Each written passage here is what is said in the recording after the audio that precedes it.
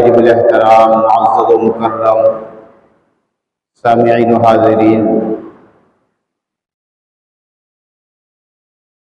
دنیا میں انسان اعلیٰ اور بلند مرتبہ پانے کے لیے بہت کوششیں جد و جہد کرتا ہے۔ لوگ اعلیٰ سے اعلیٰ مقام حاصل کرنے کے لیے بڑی بڑی ڈگریاں حاصل کرتے ہیں اور بڑے عالیشان مکانات تعمیر کرتے ہیں، بڑی مہنگی مہنگی گاڑیوں میں گھومتے ہیں اور بڑا ہی قیمتی لباس زیبتن کرتے ہیں۔ ہر ایک کی یہ کوشش ہوتی ہے کہ مجھے عزت، مقام، مرتبہ حاصل ہو جائے، میرا نام دنیا میں اونچا ہو جائے، میں بلند ہو جاؤں۔ اگرچہ شریعت کی حدود میں رہتے ہوئے یہ ساری چیزیں یقیناً درست ہیں، لیکن کیا کبھی ہم نے اس بات کی بھی کوشش کی ہے، کیا ہم نے کبھی یہ بھی سوچا ہے کہ اللہ کے ہاں ہمارا مقام کیسے بلند ہو سکتا ہے؟ اللہ کے ہاں ہم کیسے اعلیٰ مقام اور مرتبہ حاصل کر سکتے ہیں؟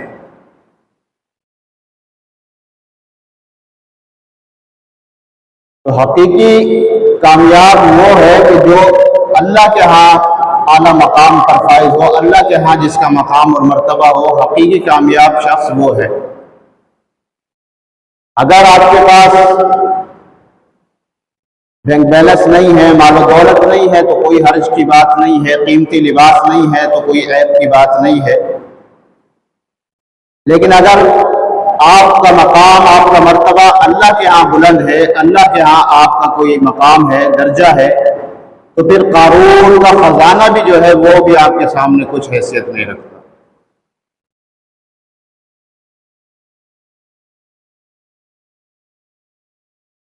تو کلمہ پڑھ لینے کے بعد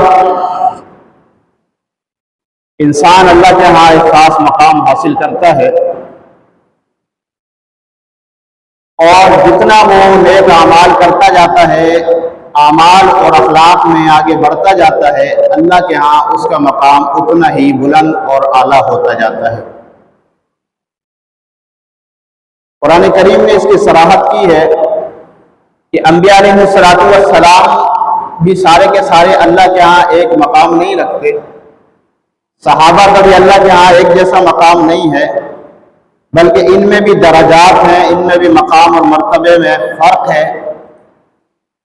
انبیاء علیہ السلام کا ذکر کرتے ہوئے اللہ رب العالمین نے ارشاد فرمایا تِلْكَ الرُّسُلُ فَضَّلْنَا بَعْضَهُمْ عَلَى بَعْضٍ مِّنْهُمْ مَنْ كَلَّمَ اللَّهُ وَرَفَعَ بَعْضَهُمْ دَرَجَاتٍ، کہ رسولوں میں سے بعض رسول جو ہیں انہیں ہم نے فضیلت دی ہے، ان میں سے بعض وہ بھی ہیں منہم من کلم اللہ، کہ جن سے ہم نے کلام کیا ہے، اور بعض وہ ہیں جن کے درجات کو ہم نے بلند کیا ہے۔ تو سب انبیاء علیہ السلام کا اللہ کے ہاں ایک خاص مقام ہے، لیکن اس کے باوجود بعض نبی ایسے ہیں کہ جن کا مقام دوسرے انبیاء سے بلند ہے۔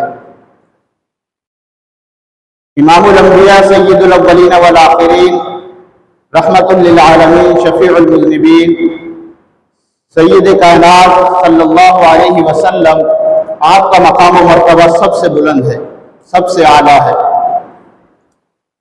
اسی طرح صحابہ اکرام کا تذکرہ کرتے ہوئے اللہ کا قرآن کہتا ہے لا یستوی منکم من انفق من قبل الفتح وقاتل اولئک اعظم درجۃ من الذین انفقوا من بعد وقاتلوا وکلا وعد اللہ الحسنی، کہ وہ لوگ جنہوں نے فتح مکہ سے قبل خرچ کیا اور فتح مکہ سے قبل اللہ کے راستے میں انہوں نے جہاد کیا، قتال کیا، اور وہ لوگ جنہوں نے فتح مکہ کے بعد خرچ کیا، فتح مکہ کے بعد جہاد کیا، فتح مکہ کے بعد قتال کیا، اللہ کے راستے میں لڑے، تو یہ بعد میں لڑنے والے، بعد میں اللہ کے راستے میں خرچ کرنے والے، یہ فتح مکہ سے قبل خرچ کرنے والے اور فتح مکہ سے قبل اللہ کے راستے میں جہاد کرنے والوں کے برابر نہیں ہے۔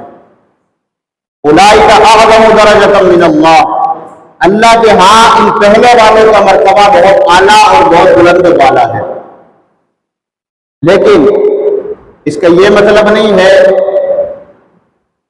کہ وہ بعد والے جو ہیں ہم کہیں کہ جو بعد میں ایمان لائے ہیں تو لہذا یہ تو جو ہے ان کو ہم کم درجہ سمجھیں، ایسا نہیں ہے۔ اللہ نے آگے فرما دیا وَكُلًّا وَعَدَ اللَّهُ الْحُسْنَىٰ، لیکن اللہ نے سب کے سب سے جنت کا وعدہ کیا ہے۔ یہ تو اللہ کے نزدیک صحابہ کا مقام و مرتبہ، ہمارے لیے سب قابل احترام ہے، سب جو ہے ہم سے بہت بلند و بالا درجے پر فائز ہیں۔ ہم یہاں جتنے لوگ موجود ہیں اللہ کے ہاں ہمارا مقام مرتبہ بھی ایک جیسا نہیں ہے، ہم میں سے بعض کا جو ہے مقام وہ اللہ کے ہاں بلند ہے۔ کبھی ایسا ہوتا ہے کہ ایک مسلمان دوسرے مسلمان کو غربت کی وجہ سے، معاشی حالات کی وجہ سے وہ حقیر اور معمولی سمجھتا ہے، لیکن اللہ کے ہاں اس مسلمان کا مقام اور مرتبہ بہت بلند ہوتا ہے۔ بخاری شریف میں ایک واقعہ موجود ہے، امام الانبیاء سرور دو عالم صلی اللہ علیہ وسلم مسجد نبوی میں تشریف فرما ہے، تو سامنے سے ایک شخص گزرا۔ آپ علیہ الصلوۃ والسلام نے صحابہ سے فرمایا کہ بتاؤ اس شخص کے بارے میں تمہارا کیا خیال ہے؟ تو صحابہ نے عرض کیا کہ یا رسول اللہ یہ ایسا شخص ہے کہ جو لوگوں میں بہت معزز اور بہت عزت والا ہے، مرتبے والا ہے، مقام والا ہے، اگر یہ کہیں رشتے کا پیغام دے، نکاح کا پیغام دے تو لوگ اس کے نکاح کے پیغام کو قبول کریں، اگر یہ کسی کی سفارش کرے تو اس کی سفارش اس کے حق میں قبول کی جائے گی۔ پھر تھوڑی دیر گزری تو ایک اور شخص وہاں سے گزرا۔ اللہ کے نبی علیہ الصلوۃ والسلام نے پھر صحابہ سے پوچھا کہ بتاؤ اس شخص کے بارے میں تمہارا کیا خیال ہے؟ تو صحابہ نے عرض کیا کہ یا رسول اللہ یہ ایسا شخص ہے کہ جو لوگوں میں کوئی خاص حیثیت نہیں رکھتا، خاص مقام اور مرتبہ نہیں رکھتا، یہ اگر کسی کو نکاح کا پیغام بھیجے تو اس کے پیغام کو قبول نہ کیا جائے، یہ اگر کسی کی سفارش کرے تو لوگ اس کی سفارش کو قبول نہ کریں۔ تو اللہ کے نبی علیہ الصلوۃ والسلام نے جو جملہ ارشاد فرمایا والذی نفسی بیدہ، کہ اللہ کی قسم کہ جس کے قبضے میں محمد کی جان ہے، اگر یہ جو بعد میں گزرا ہے اور اس سے پہلے جو گزرا شخص ہے، اگر یہ شخص اس سے ساری کی ساری زمین بھر جائے، اس جیسے لوگوں سے پوری کی پوری زمین بھر جائے تو یہ بعد والے شخص کا مقابلہ نہیں کر سکتا، بعد والے شخص کا اللہ کے ہاں اتنا مقام و مرتبہ ہے۔ تو دنیا کی نظر میں تو وہ ایک معمولی حیثیت رکھتا ہے، کوئی مقام اور عزت نہیں ہے، لیکن اللہ کے ہاں اس کا مقام و مرتبہ ہے۔ اسی لیے روایت میں آتا ہے اللہ کے محبوب صلی اللہ علیہ وسلم نے فرمایا رب اشعث مدفوع بالابواب لو اقسم علی اللہ لابرأہ، کہ لوگوں میں بہت سے لوگ ایسے بھی ہیں کہ جو پراگندہ بال ہیں، جن کا لباس پھٹا پرانا ہے، میلا کچیلا ہے، بال بکھرے ہوئے ہیں اور کئی دروازوں سے وہ دھتکارے ہوئے ہیں، لوگوں نے انہیں دھکے دے دے کے اپنے دروازوں سے نکال دیا ہے، لیکن لو اقسم علی اللہ لابرأہ، اگر یہ اللہ پر قسم کھا لیں تو اللہ ان کو ان کی قسموں میں بری کر دے گا، اللہ ان کی قسموں کو ضرور پورا کرے گا۔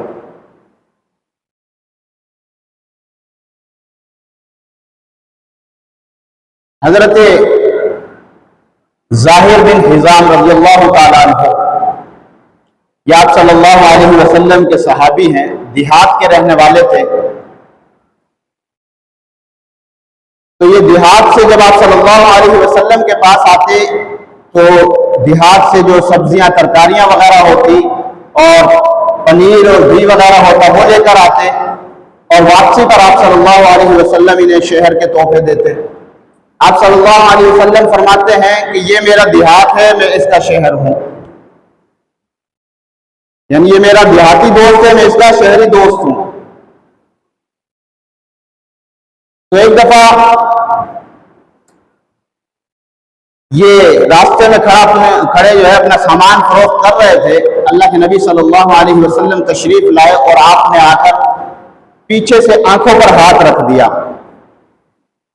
اور آپ نے فرمایا من یشتری العبد، کون ہے جو اس غلام کو خریدے گا؟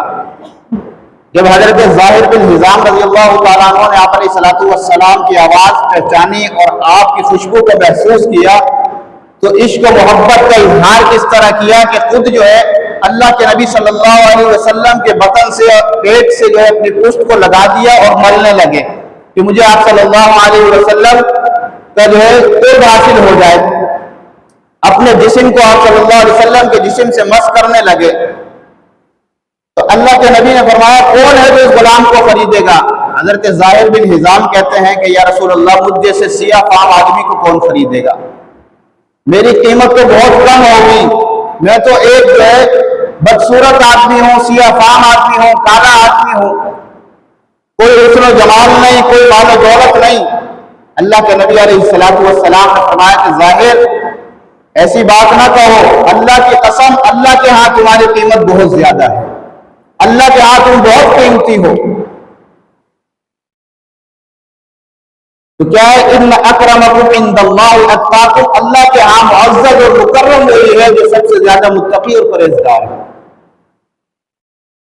حضرت عبداللہ ابن مسعود رضی اللہ تعالیٰ عنہ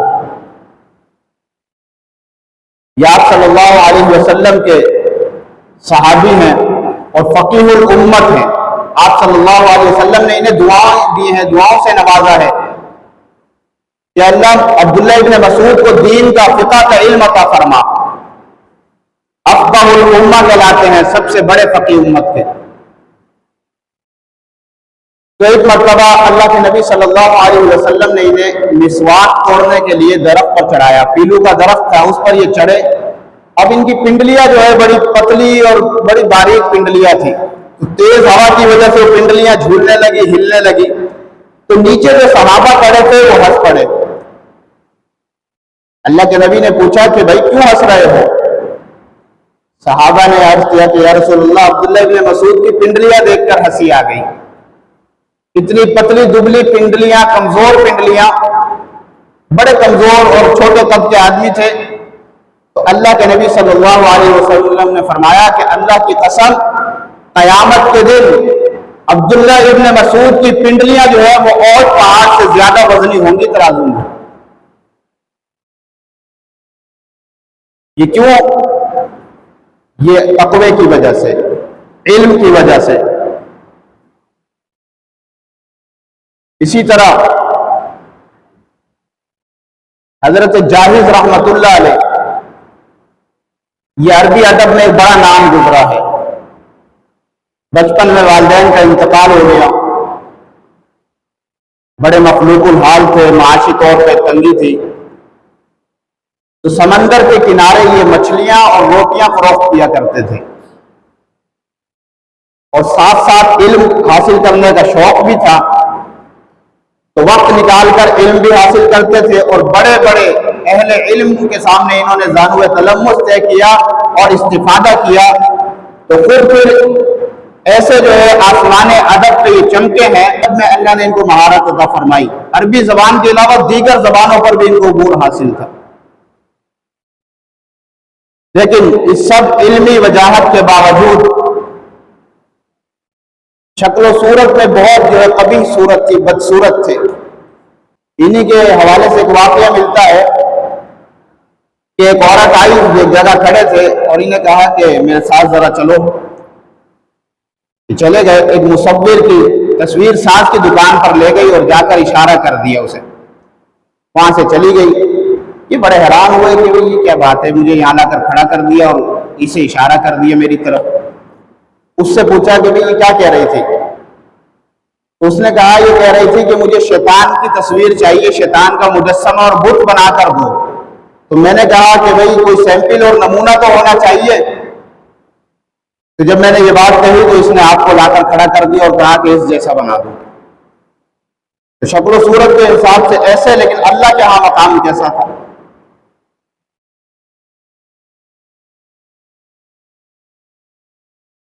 خیبر کا موقع ہے،